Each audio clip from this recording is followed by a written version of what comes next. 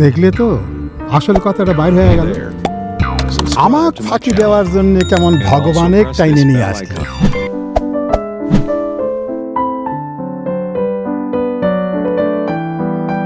ঘুম থেকে উঠেই ধন্য দিয়েছো, তাই না হারাধন? তোমার জ্বালায় তো মানুষের ঘুম হারাম হয়ে যাবে। ঝাঁঝর হয়ে খই চালার নিন্দা করতেছ নজর আলী, তাই না? মাইল আমি খই চালা, আমার ফুটে একটু বল।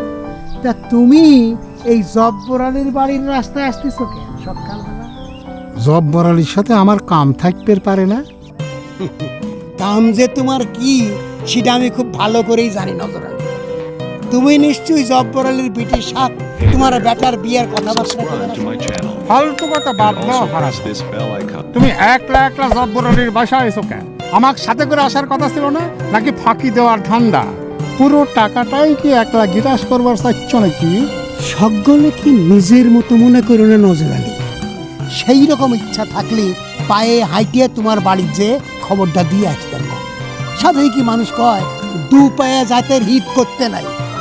কথাটা এবার কিন্তু বাংলায় করে হয়েছে?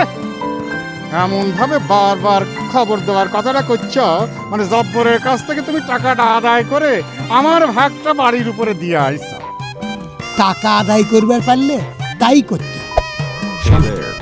খামাখা নিজেদের মধ্যে দ্বন্দ্ব বাঁধায় না। দুইজন একতা হয়ে না ধরলি জব্বারের কাছ থেকে টাকা আদায় করা কঠিন হয়ে যাবে। খবর নিছি আসামি বাড়িতে নাই, ওই মজুর দোকানে গেছে। আমাদের টাকা মাইরে দিয়ে ভদ্রলোকের মতো স্টলে বসে চা খাচ্ছে। চলো তো স্টলে যাই, মানুষের সামনে লজ্জা না দিলি পারে টাকা উদ্ধার সম্ভব হবে না। চলো চলো। আচ্ছা নজর আলী, তোমার আমার বন্ধুত্ব তো আমাকে বয়সেরই সমান, তাই না? এতদিনে আইসে তোমার গুণা পড়ায় কথাটা ধরা পড়লো, নাকি নিজের হাত নিজে দেখে কথাটা আবিষ্কার করলে? ওরে না রে ভাই, তোমার আচার ব্যবহারে সেই কথাটাই মাঝে মধ্যে ভুল হয়ে যাবে চায়। খালি মাথায় বাড়ি দিলেই বাড়ি দেওয়া হয় নজর?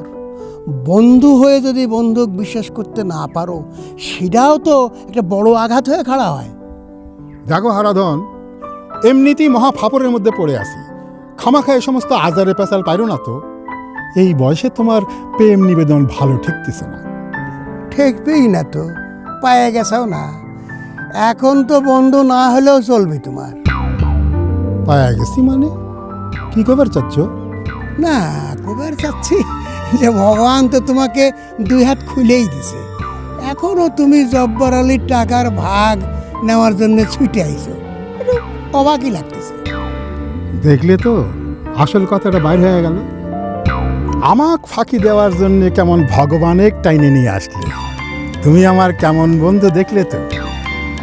ভগবান কি আমার দুহাত ভরে দিছে। আমার মতন দুইখান বেটা যদি তোমার থাকতো। ঠিকই কইছে নজর।